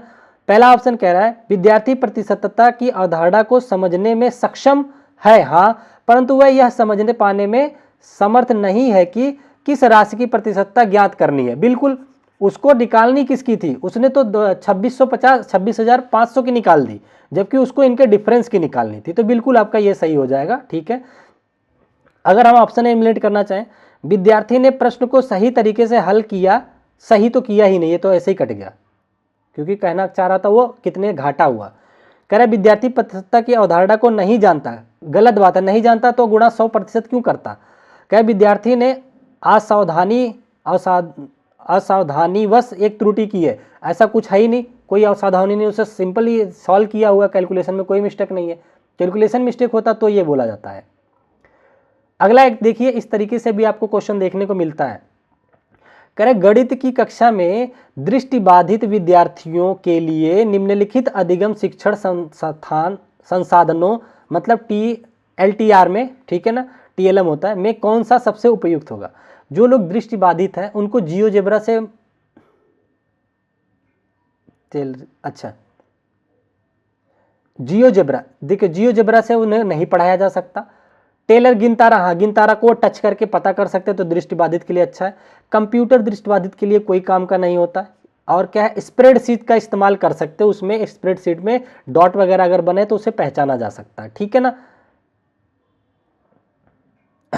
जियोजेब्रा है ना, जियोजेब्रा एक सॉफ्टवेयर है, ठीक है। जियोबोर्ड दूसरा होता है, हाँ, तो जियोजेब्रा एक सॉफ्टवेयर है और सॉफ्टवेयर के मदद से जो जिनको दृष्टिबाधित है उनको दिक्कत होगी, ठीक है। तो आपको जो सही आंसर मिल रहा है केवल BD मिल रहा है। BD कहाँ दे रखा है, C ऑप्शन पे दे रखा है, तो C will be the correct answer. समझ गए। चलिए आगे बढ़ चलते हैं। NEP से बेसिक क्वेश्चन है, ध्यान से देखिए।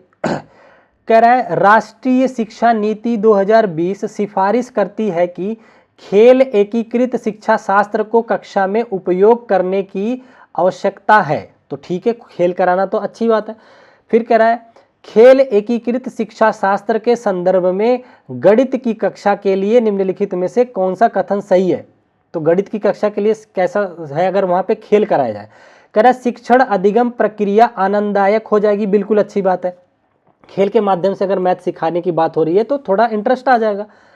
कह रहे हैं कि खेल का उपयोग गणित पढ़ाने की संभव नहीं है, गलत बात है। गणित पढ़ाने में संभव है। गणित का खेल होता है कि काउंटिंग यहाँ पे लेके दौड़ करके सॉल्व करने वाला होता है, बहुत होते हैं। कह रहा है इसमें बहुत समय खर्च होगा जाएगा, इसे टालना चाहिए। नहीं, अगर कोई रूल आया है तो उसे टाला नहीं जाता, उसको समर्थन किया जाता है। तो ये ऑप्शन कट गया। कह रहा है प्रसिद्ध खेलों के अलावा कई स्वदेशी खेल हैं जिनका उपयोग गणित पढ़ाने में किया जा सकता है। बहुत सारे खेल हैं जिनका किया जा सकता है, ठीक है। गणित दौड़ कराई जा सकती है, गणित सर्कल कराया जा सकता है, इस तरीके से बहुत सारे खेल हैं। तो आपके करेक्ट आंसर हो गए A और D। A और D दे रखा है C ऑप्शन पे, ठीक है। चलिए आगे बढ़ चलते हैं अगले क्वेश्चन पे। अगला देखिए आपसे क्या कहना चाह रहा है, ध्यान से क्वेश्चन को पढ़िएगा। कह रहा है मिडिल स्कूल की गणित की एक शिक्षिका अपनी कक्षा के समक्ष निम्नलिखित प्रश्न रखती है। एक टीचर है मिडिल क्लास की जो अपने बच्चों के सामने एक प्रश्न रखती है, ठीक है ना। क्या रखती हैं, कहती है कि निम्नलिखित आंकड़ों को दर्शाने के लिए आप किसका प्रयोग आलेख का प्रयोग करेंगे, किस टाइप का। पहला कह रहे हैं किसी खेल कूद प्रतियोगिता में प्रतिभागियों के कद कि प्रतिभागी कितने हाइट के हैं, ठीक है ना, यही तो है ना, हाइट्स, ठीक है। दूसरा, किसी स्टेशन पर प्रातः 9 बजे से सायं 9 बजे तक रेलगाड़ी के से जाने वाले यात्रियों की संख्या, ये आपको बताना है, किस ग्राफ के माध्यम से आप दिखाओगे। पहला कह रहे दंड आरेख और रेखा आलेख के बीच के अंतर से समझाए। अंतर से नहीं समझा पाओगे आप। पाई चार्ट से अंश या पार्ट को दिखाया जाता है, ये भी नहीं होगा। रेखा आरेख संदर्भ क्या है, परिस्थितियों द्वारा नहीं, रेखा आरेख से भी नहीं होगा ये तब एक ही बचा, यही होगा। क्या कह रहे हैं, आंकड़ों के निरूपण के लिए आयत चित्र के उपयोग का शिक्षण करना, बिल्कुल ये सही है, यही इसका करेक्ट आंसर है, ठीक है ना। तो इस तरीके से आपको क्वेश्चन पढ़ के आंसर करना होता है। अच्छा अगले क्वेश्चन पे आ जाते हैं। कह रहा है गणित एक सोचने का तरीका है क्योंकि, गणित एक सोचने का तरीका है क्योंकि आपके ऑप्शन दे रखे हैं। एक पे कह रहा है कि यह विद्यार्थियों को साक्ष्यों एवं प्रतिमानों के निरीक्षण में व्यस्त यानी कि संलग्न रखने के लिए अवसर प्रदान करता है। अवसर वाले आंसर सही होते हैं, तो ए तो आपके आंसर में होना चाहिए। अच्छा, बी कह रहे हैं कि समस्या समाधान के दौरान विद्यार्थी सूत्रों और चिन्हों को दोहराते हैं। नहीं, सूत्रों की बात आ गई तो काट दो, तो जहां पे भी बी दी रखा है वो ऑप्शन काट सकते हैं आप, ठीक है ना। तो ये सारे ऑप्शन ही कट गए आपके, तो ये वाला सी ऑप्शन करेक्ट हो जाएगा, ए और सी। सी में कह रहा है विद्यार्थी विभिन्न नई समस्याओं का समाधान करने के लिए उपयुक्त युक्तियों का उपयोग करेंगे, ये भी सही है, ठीक है ना। चलिए अगला क्वेश्चन देखिए क्या कह रहा है। कह रहा है निम्नलिखित में से कौन सा गणित अधिगम के आकलन का आयाम नहीं है, और ऐसा कौन सा है जिससे मैथमेटिक्स का असेसमेंट नहीं किया जा सकता है। कह रहे संप्रेषण कम्युनिकेशन से किया जा सकता है, तो ये आंसर नहीं होगा। पैटर्न ऑन प्रोसीजर से मतलब पैटर्न और प्रतिक्रिया से किया जा सकता, आंसर नहीं होगा। गणित के प्रति रुझान, गणित के प्रति रुझान से आप आकलन नहीं कर सकते, ठीक है ना, तो ये नेगेटिव चला जाता है कि बच्चा कितना गणित से रुझान रख रहा है उससे नहीं पता लगाया जा सकता उसका लेवल क्या है। चलिए अब आपका आ जाता है, हम कुछ क्वेश्चन साइंस के करेंगे, लगभग 30 क्वेश्चन हमने मैथ के निपटा दिए हैं, ठीक है। पूरा एक पेपर हमने उठाया था, उसको सॉल्व कराऊंगा आज आपको, ताकि आपको पेपर में ऐसे ही क्वेश्चन देखने को मिलेंगे और आपको इसी मेथड से सॉल्व करना है। हेजिटेट बिल्कुल नहीं होना है, दिमाग लगा करके खुले मन से करोगे, सारे क्वेश्चन का आंसर हो जाएगा। अगला कह रहा है कि निम्नलिखित अनुच्छेद को ध्यानपूर्वक पढ़िए तथा उस विकल्प का चयन कीजिए जो सही प्रकार से दिए गए क्रम में रिक्त स्थानों को भरे, ठीक है ना। तो कह रहा है अच्छा, ध्वनि कंपन द्वारा उत्पन्न होती है तथा भिन्न भिन्न वाद्य यंत्रों के विशिष्ट कंपनमान भाग होते हैं, बिल्कुल सही है। एक्स खाली जगह में कह रहा है एक्स में ध्वनि तनित तारों द्वारा उत्पन्न होती है। बताओ तनित तार द्वारा कहाँ कहाँ उत्पन्न होती है, या तो गिटार होगा या सितार होगा, तो ये आंसर हो सकता है। ढोलक तो आंसर हो ही नहीं सकता, तो गिटार हो सकता है, इकतारा ये पता नहीं, अभी देखेंगे। कह रहा है वाई में तनित झिल्ली है, तो दूसरा क्या होगा, या तो तबला होगा या ढोलक होगा, तो इसमें हारमोनियम है, ये आंसर नहीं होगा। इसमें कह रहा है तबला, इसमें कह रहा है वायलिन, ये भी आंसर नहीं होगा, तो ये आपका सी आंसर बन जाएगा, ठीक है ना। और जेड भी देख लेते हैं, कहता जेड में ध्वनि उत्पन्न करने वाला कंपायमान भाग वायु स्तंभ है, तो देखिए इसमें है ना वायु स्तंभ। सहनाई में यहाँ पे आप छेद देखते, छिद्र होता है, ठीक है, बांसुरी और सहनाई में इसका इस्तेमाल किया जाता है। तो एक क्वेश्चन आपको इस पे वाद्य यंत्रों से भी पूछता है, बहुत सीटेड, ठीक है ना, तो ये सब चीजें आप ध्यान रखना। अच्छा, अगला क्वेश्चन देखिए आपसे क्या कह रहा है। कह रहा है निम्नलिखित में से कौन से पादप पौधे सूक्ष्म पोषकों के समुच्चय लघु मात्राओं में पादपों द्वारा अपेक्षित पोषक की पहचान कीजिए, ठीक है ना। तो लघु पोषक में आपके आते हैं जिंक आता है, आयरन आता है, मैग्नीज आता है, पोटेशियम नहीं आता है, तांबा कॉपर नहीं आता है, ठीक है ना, सल्फर नहीं आता, तो जिंक आयरन मैग्नीज ये आ जाएगा, ठीक है ना। तो ये आपका सूक्ष्म पोषक होते हैं, तो आपको मैंने पहले भी पढ़ा रखा है, एक रैपिड रिवीजन की तरह मैं ये क्लास लिया हूँ लास्ट में, ठीक है ना। एक देखिए कथन कारक वाले क्वेश्चन आपके सामने देखने को मिलेंगे। इसमें आपसे कह रहे हैं कि अभिकथन में कि रात्रि आकाश में तारे पूर्व से पश्चिम की ओर गति करते प्रतीत होते हैं। प्रतीत वर्ड दे दिया ना, तो हम इसे सही मान के चलेंगे। अज्यूम, कभी भी चीजें अज्यूम की जाती है तो उसे सही माना जाता है, ठीक है ना। कारण क्या है, कारण है कि पृथ्वी पश्चिम से पूर्व की दिशा में घूर्णन करती है, ये बिल्कुल सत्य बात है। आप सोचो, आप ट्रेन से इधर से इस टाइप जा रहे थे पूर्व की तरफ, तो प्लेटफॉर्म के खड़ा व्यक्ति आपको पश्चिम की तरफ अपने आप जाता हुआ दिखाई देगा।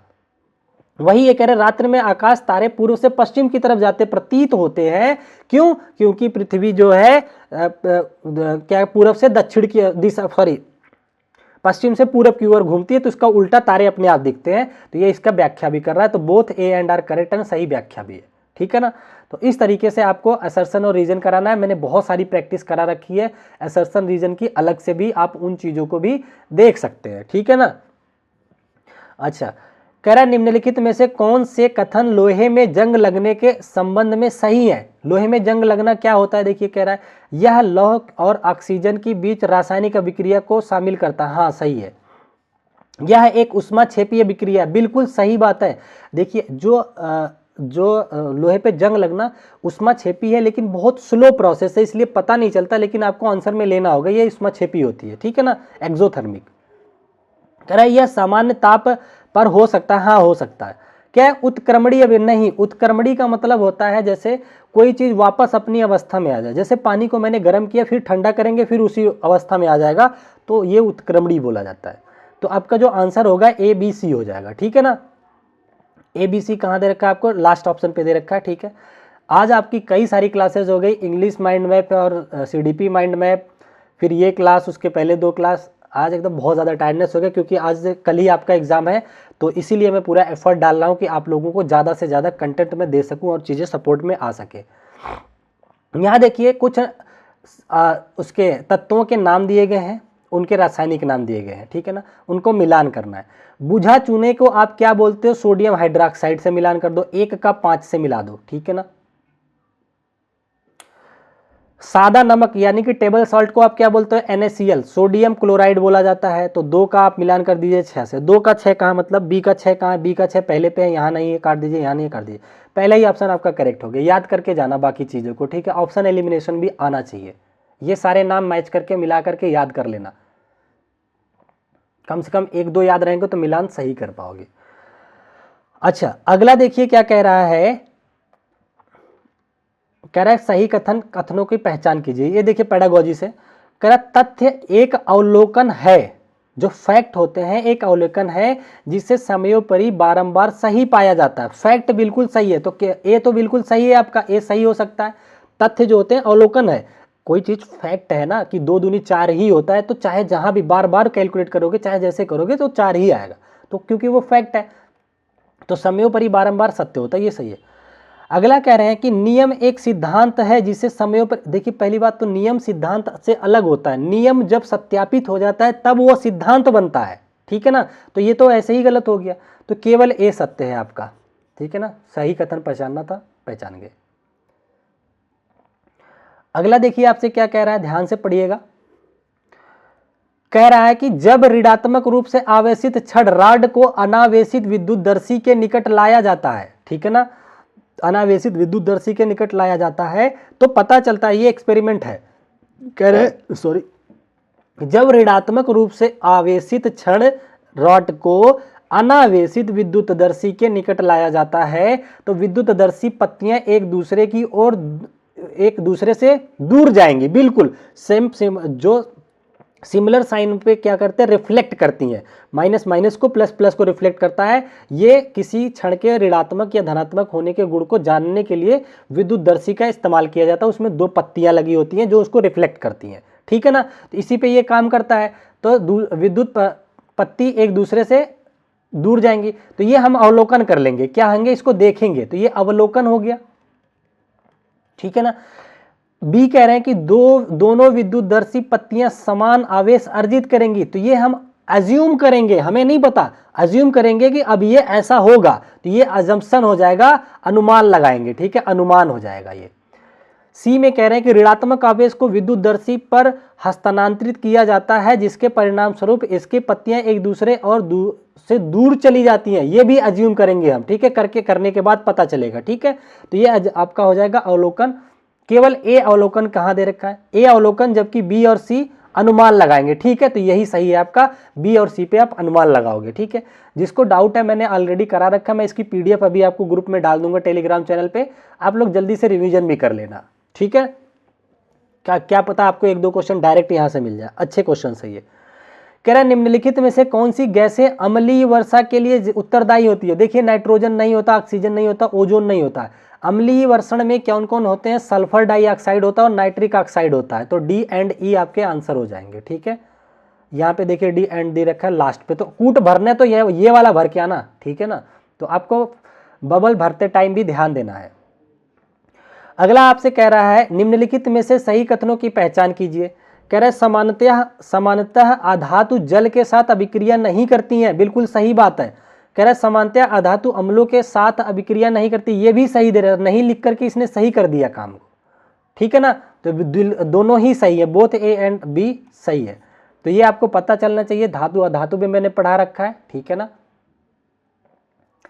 यहां कह रहा है कि एक गेंद को हवा में ऊपर की ओर फेंका गया, वह अधिकतम ऊंचाई तक पहुंचने के पश्चात फेंकने वाले के वापस हाथ में आ जाता है, पास वापस आ जाता है। आपने बॉल को फेंका, वो वापस आ गया आपके हाथ में, ठीक है ना। कह रहा है गेंद की ऊपरमुखी और अधोमुखी गति चाल के समय निम्नलिखित में से कौन सी राशि का मान समान होगा। तो जी का मान समान होता है, त्वरण का मान समान होता है, क्योंकि 9.8 फिक्स रहेगा चाहे जो कर लो, ठीक है ना। तो आपका ए ऑप्शन सही हो जाएगा। ये देखिए एक न्यूमेरिकल था, इसका आंसर मैंने पहले भी बता रखा था आप लोगों को। कह रहा है एक पिंड का रेखीय संवेग p है, द्रव्यमान m है, तो गतिज ऊर्जा कितनी होगी, ये पूछ रखा है आपसे, ठीक है ना। तो संवेग पहले जान लो, p = m × v होता है, ठीक है ना। तो गतिज ऊर्जा क्या होती है, ½ mv² होता है, ये होता है काइनेटिक एनर्जी। एक बच्चा इसको पिछली बार मैंने कराया तो बिना वजह ही क्यों कह रहा था, गलत है, पता नहीं क्यों। ठीक है, तो आपसे गतिज ऊर्जा पूछा है, मतलब काइनेटिक एनर्जी का मान पूछा है हमसे, तो लेकिन मोमेंटम के फॉर्म में पूछा है, ठीक है ना।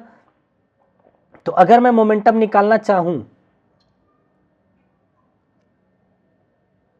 तो गतिज ऊर्जा क्या है ये पूछा है हमसे ना, हाफ mv² की वैल्यू पूछा है।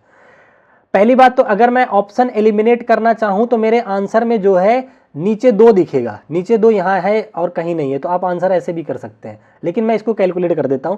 कैसे करोगे, अगर मैं इस वाले इक्वेशन में गतिज ऊर्जा में ऊपर m और नीचे m से मल्टीप्लाई कर दूं तो कोई दिक्कत नहीं होगी। अब ये गतिज ऊर्जा इस फॉर्म में हो जाएगी, हाफ m² v² बटा m हो जाएगी, कोई दिक्कत की बात नहीं है। m और v को अगर दोनों साइड स्क्वायर करोगे तो m² v² करोगे तो p² हो जाएगा।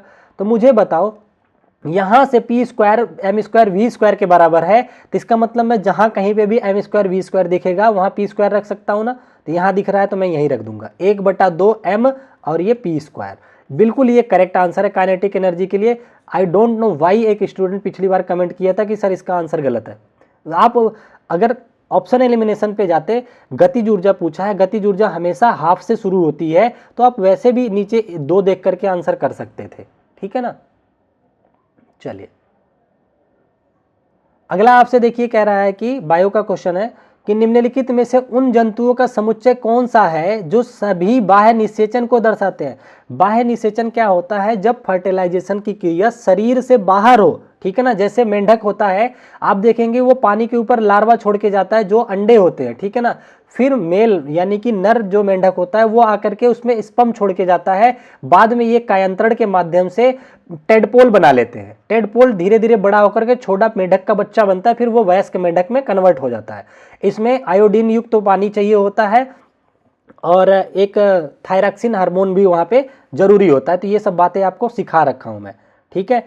तो ये निषेचन, बाह्य निषेचन ज्यादातर जलीय जीवों में देखना होता है, तो जलीय जीव मेंढक, छिपकली, सॉरी मछली और स्टारफिश होगा। यहाँ पे केवल यही दे रखा है ग्रुप जिसमें सब कुछ यही है। चलिए आगे बढ़ते हैं। अब मैं थोड़ा सा अब एंड करना चाहूंगा क्लास को, आपके पास भी ज़्यादा टाइम नहीं होगा, जल्दी जल्दी इतना रिवीजन कर पा रहे हो कर लीजिए, ठीक है। माइंड मैप की क्लास जरूर देखते रहिएगा, एक भी माइंड मैप मिस मत कीजिएगा। एंटर करने से पहले तक आप माइंड मैप देखेंगे, सब कुछ तैयार रहेगा, ठीक है।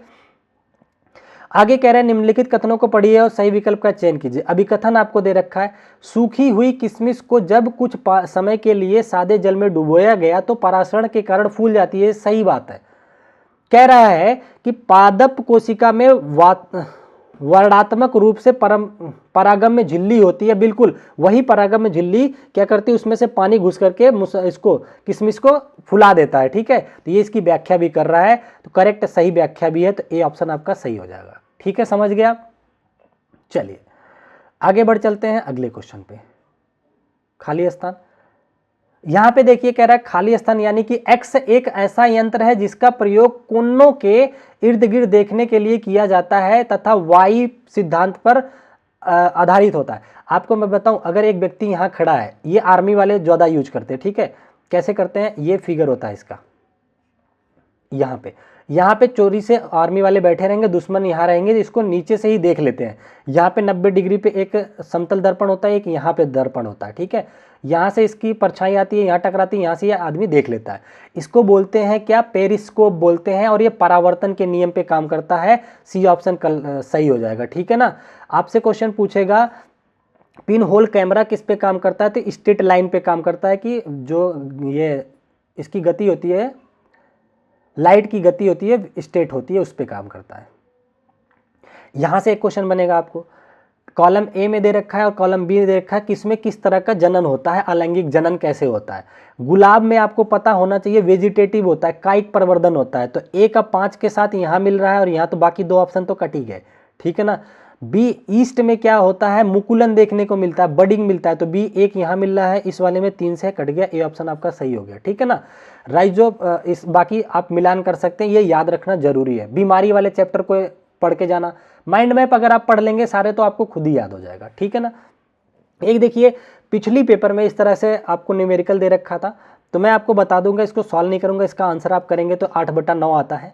कह रहा है अधिकतम और न्यूनतम प्रतिरोध के बीच का अंतर जो कि प्रत्येक 1/3 के 3 प्रतिरोधों को जोड़ा जाए के द्वारा प्राप्त की जा सकती है। ठीक है ना, तो इसको देखिए अधिकतम कब होता है, जब आप सारे प्रतिरोधों को श्रेणी क्रम में जोड़ते हैं तो अधिकतम आता है, जब आप पैरेलल क्रम में जोड़ते हैं तो न्यूनतम आता है। तो आप अंतर निकाल लेना, ये आंसर आ जाएगा आपको। श्रेणी में जब जोड़ेंगे तो 1/3 प्लस 1/3 प्लस 1/3 ऐसे जोड़ना है, पैरेलल में जोड़ेंगे तो 3 3 3 ये जुड़ जाता है। ठीक है, जब आप इसको सॉल्व करेंगे, अंतर निकालेंगे तो बी ऑप्शन सही हो जाता है। ठीक है, तो देखिए मैंने अपनी पूरी एफर्ट की है आपकी प्रिपरेशन में सीटेट को लेकर के। ठीक है, आई होप आप लोगों को इस चीज़ से कुछ ना कुछ ज़रूर हेल्प मिली होगी मेरी क्लासेस से, और मैं पूरी ईमानदारी के साथ आप लोगों को पढ़ाया हूँ। जितना आप लोगों ने कमेंट किया कि जो भी सब्जेक्ट जो मेरे पर्सनल सब्जेक्ट नहीं थे फेवरेट सब्जेक्ट, उनको भी मैंने पूरी मेहनत के साथ रात रात भर जग करके सारे माइंड मैप तैयार करके आपको दिए हैं। ठीक है, मेरी तरफ से पूरी की पूरी ब्लेसिंग्स है। God bless you. आप सभी पास होकर के आओ, सीटेट क्लियर करके आओ, फिर हम लोग आगे की तैयारी को बहुत मेहनत से करेंगे इसी तरीके से। ठीक है ना, तो मेहनत से लगे रहिएगा। पेपर में हेजिटेट बिल्कुल मत होना, टाइम से जाना, अपना पानी वानी ले करके जाना। ठीक है ना, कहाँ जाना है एडमिट कार्ड अपना देख लेना, जाने से पहले चेक कर लेना सब कुछ सही है कि नहीं है। पेन बोल्ड वाला लेके जाना जिससे बबल अच्छे से फिल हो। हर एक सेक्शन करने के बाद बबल जरूर फिल करना, हर एक सेक्शन कंप्लीट करने के बाद अच्छे से बबल को फिल करना। ठीक है ना, ताकि टाइम मैनेज हो सके। और कोशिश करना, आज ये क्लास लेने का उद्देश्य यही था कि आप जो है ऑप्शन के माध्यम से या कितनी स्पीड में क्वेश्चन को सॉल्व कर सकते हैं बिना गलती किए, उन सारी चीज़ों पे आप एफर्ट कर लेना। ठीक है ना, तो चलिए best of luck, God bless you. आप लोग सारे लोग पास हो जाइए। ठीक है ना, और आज की क्लास यहीं रखते हैं। और जिसके पास भी पेपर आ जाता है तो आप लोग टेलीग्राम पे जाकर के ग्रुप में से पर्सनली मुझे वहाँ से भेज दीजिएगा पेपर, मैं आप लोगों का एनालिसिस भी ताकि अच्छे से अच्छा करा सकूँ। ठीक है ना, तो bye bye, take care and again best of luck. आप लोग अच्छा करके आइए। ठीक है, थैंक यू सो मच, जय हिंद।